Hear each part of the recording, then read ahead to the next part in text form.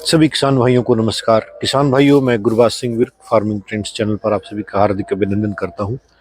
जो किसान भाई नए हैं उनसे विनम्र निवेदन रहेगा कि चैनल को सब्सक्राइब जरूर करें ताकि जो आने वाले भविष्य में खेती बाड़ी से संबंधित जानकारी आपके साथ साझा कर सकें। किसान भाइयों, धान का सीजन प्रारंभ हो चुका है। किसान अपने धान की नर्सरी डालना आरंभ हो गए हैं। प्रथम पखवाड़े में करनाल जिले की बात करते हैं तो जो प्रथम पखवाड़े में जो किस्म लगाई जाती है, रोपाई की जाती है, वो पूसा बासमती 1509 है। आप कह सकते हैं कि पूसा बासमती 1509 का सेगमेंट, अन्य शब्दों में पूसा बासमती 1692, पूसा बासमती 1847 की बिजाई की जाती है। क्योंकि इसको सरकार का एमएसपी नहीं प्राप्त है और ये प्राइवेट राइस मिलर खरीदते हैं, तो इसलिए किसान भाई इसको अगेते में लगाते हैं और इसका अच्छा मूल्य प्राप्त हो जाता है। पिछले बहुत अच्छा मूल्य किसानों को प्राप्त हुआ है। और आज हम धान की जो पनीरी की बिजाई कर रहे हैं पूसा बासमती 1509 है। पूसा बासमती 1509 की धान की पौध बिजाई करते समय हम किन महत्वपूर्ण जानकारी और सावधानियों को बरतना चाहिए, ये एक महत्वपूर्ण विषय रहा है। किसान भाइयों, सबसे पहले महत्वपूर्ण जो प्रश्न आता है किसान भाइयों का कि आपने बीज कितना डालना है। एक मरले में 16.5 बाय 16.5 बाय का एक मरला होता है। तो आप किसान भाइयों उसमें जो बीज की मात्रा है वो 1.5 किलो से लेके 2 किलो तक का बीज डाल सकते हैं। कृपया 2 किलो से अधिक बीज न डालें, इससे पौध घिनकी हो जाती है। उसका जो मजबूत जो तना है वो बिल्कुल पतला हो जाता है और जब किसान भाई रुपाई करते हैं तो वो पानी में डूब जाती है, जिससे बहुत सारे हमारे पौधों का नुकसान होता है। कोशिश करें कि एक मरले में 16 बाय 16.5 का जो मरला बनता है, फिट का मरला जो बनता है, उसमें अपने धान का जो बीज है वो 1.5 किलो से लेके 1.25 किलो के आसपास आपने बीज डालना है। यह पर्याप्त मात्रा में होता है। इससे आपकी जो पौध होती है वो अच्छी और स्वस्थ होती है और उसका तना भी बहुत मजबूत होता है। जब लेबर ट्रांसप्लांट करती है तो कोई भी पौधा उसमें मरने की जो संभावना है वो कम हो जाती है। पौधा स्वस्थ, निरोग और मजबूत होता है। दूसरी बात, धान की बिजाई करते समय आप सबसे पहले खेत का लेवल होना बहुत ज़रूरी है। आप कंप्यूटर लेवलर के माध्यम से अपने खेत को लेवल्ड जरूर कराएं। यह सबसे महत्वपूर्ण और प्रथम बिंदु है जो मैं आपके साथ साझा कर रहा हूं। अगर आपका खेत लेवल्ड है तो उसमें आपकी जो पौध का जो बीज है उसका 100% जमाव आता है और किसान भाइयों को आर्थिक हानि का सामना नहीं करना पड़ता है। अगर खेत ऊपर नीचे होता है, उबड़ खाबड़ होता है, तो उसमें पौध का जर्मिनेशन कम आता है। जहाँ पानी भरा रहता है वहाँ जाला पड़ जाता है और जो धान का अंकुरण है वो नहीं हो पाता है। इसलिए आप हैप से कंप्यूटर लेवल से अपने खेत का एक समान समतल कराना अति अनिवार्य है। कोशिश करें मौसम, आपके जो ऐप है मौसम की, उसके ऊपर वेदर रिपोर्ट देखकर ही पौध की बिजाई करें। अगर हवा का बहाव बहुत तेज है, अगर 10 किलोमीटर की प्रति स्पीड से ऊपर की हवा चल रही है तो आप परहेज करें, पौध की बिजाई न करें। कोशिश करें जब बहाव कम हो जाता है, जैसे शाम का टाइम है, उस समय आप उसकी बिजाई कर सकते हैं। कई बार बहाव तेज होने के कारण जो बीज है वो एकत्रित हो जाता है, जिससे किसानों की जो पौध है उसके जर्मिनेशन एक साथ नहीं हो पाता है, बीज इधर उधर हो जाता है, जिससे किसान को अधिक जो बीज प्राप्त हो लिया होता है उससे उसके पर्याप्त खेत नहीं लग पाते हैं, जिससे किसान को आर्थिक हानि का सामना करना पड़ता है। मैं गुरबाज फार्मिंग ट्रेंड्स पर आप सभी से रूबरू हो रहा हूं।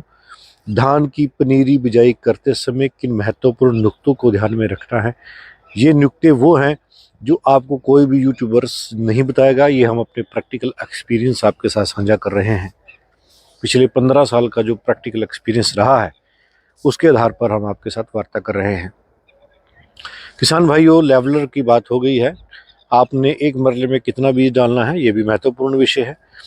दूसरी बात ये रही कि जब जो पौध की बिजाई करनी है, अगर हवा तेज है, अगर मौसम खराब है, तो आप अपनी जो शेड्यूल है पौध की बिजाई का उसको एक्सटेंड कर सकते हैं। आज सारा दिन भर बहुत तेज हवा चली है करनाल में और आज हम शाम के टाइम पौध की बिजाई कर रहे हैं। बहाव बिल्कुल ठहर गया है, हवा भाव का है, हवा का बहाव जरूर है लेकिन इतना तेज नहीं है जितना दिन में था। इससे हमारा बीज का जो अंकुरण है वो बिल्कुल स्पष्ट दिखाई दे रहा है। कोई उसमें पानी में ज़्यादा हलचल नहीं है। हम कैमरे से आपको दिखाने का प्रयास करेंगे। आप देख सकते हैं पानी में हिलजुल नहीं है। यहाँ पर बीज को गिरा दिया गया है। आप देख सकते हैं पूसा बासमती 1509 की है और ये अभी यहीं रात तक यहीं जम जाएगा, जिससे बीज ऊपर नीचे नहीं होगा।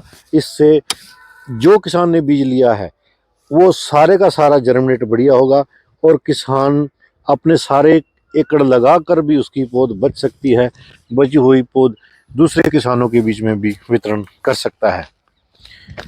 किसान भाइयों, ये महत्वपूर्ण बिंदु मैंने आपके साथ साझा किया है। दूसरी बात, किसान भाइयों, एक वीडियो खरपतवार के ऊपर भी डालेंगे लेकिन मैं यहाँ भी पॉइंट को ऐड कर रहा हूँ। जब आपने पौध की बिजाई कर दी है, बहुत सारे 99% फार्मर वो हैं जो खरपतवार की दवाई है, जो हमारी नर्सरी में खरपतवार उगते हैं, उनकी दवाई नहीं डालते हैं। अगर डालते हैं तो 3-4 दिन बाद डालते हैं, जबकि 3-4 दिन में जो खरपतवार है उनका जर्मिनेशन आ जाता है। फिर उसमें जब दवाई डालते हैं तो कई बार खरपतवार मरता नहीं है, बड़े हो जाते हैं तो बहुत दिक्कत आती है। लेबर भी खरपतवार वाली पौध को उखाड़ने से मना कर देती है क्योंकि उसमें खरपतवार ज़्यादा होने के कारण उनका समय खराब होता है।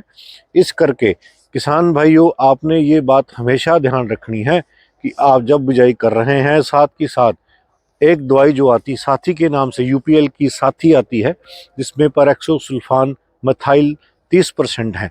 जैसा कि आपको वीडियो में भी दिखाया गया है, एल्ट्रॉन दिखा रहे हैं हम, जीएच क्रॉप साइंस की है, जिसमें 20 ग्राम की ये पुड़िया आती है और 80 ग्राम की पैकेजिंग आती है। आप 20 ग्राम पुड़िया जो सी आती है उसको बोतल में डालकर डिल्यूट कर कर आप पानी में छिड़काव कर सकते हैं। जैसे बिजाई कही है साथ की साथ करें, उसका तुरंत प्रभाव आएगा, तुरंत असर आएगा। कृपया खरपतवार के प्रयोग करने में कदापि आप देरी न बरतें, साथ की साथ खरपतवार डालें। इस खरपतवार का पेरोक्सोसल्फान मिथाइल 30% का कोई भी एडवर्स इफेक्ट नहीं है, कोई भी नुकसान नहीं है। ये जो आपने हम बिजाई करी है उसके जर्मिनेशन को इफेक्ट नहीं करती है, उसकी पूरी तरह से ये खेत में बिखर जाता है और खरपतवार को उगने नहीं देता है। ये बहुत बहुत अच्छा खरपतवार है, एल्ट्रॉन के नाम से आता है। और दूसरा, ये यूपीएल साथी का प्रोडक्ट आता है, वहाँ से आप ले सकते हैं। और मैं पिछले कई साल, 14 साल तक हमने इरेज एंड नागार्जुना की जो आती है हर्बिसाइड यूज़ किया है। उसके बहुत सारे दुष्परिणाम होते हैं। पिछले 3 साल से उसका प्रयोग हमने बंद कर दिया है। हम एल्ट्रॉन ही डाल रहे हैं। 3 साल का एक्सपीरियंस आपको बता रहा हूँ, बहुत अच्छा रिजल्ट हमें प्राप्त हुआ है। किसान भाइयों, पौध की बिजाई करते समय ये महत्वपूर्ण बातें अपने ध्यान में जरूर रखनी है और लगातार अपनी पौध 20 और 25 दिन में पौध कैसे तैयार करें, इसके ऊपर भी वीडियो आपसे अपलोड करेंगे और अन्य अन्य धान की जो किस्में हैं उनके ऊपर भी चर्चा करते रहेंगे। धान की किस्में, पीआर धान की और बासमती धान की किस्मों का भी वीडियो आपके साथ साझा करेंगे। इसी के साथ वार्ता को विराम देता हूं। जय जवान जय किसान।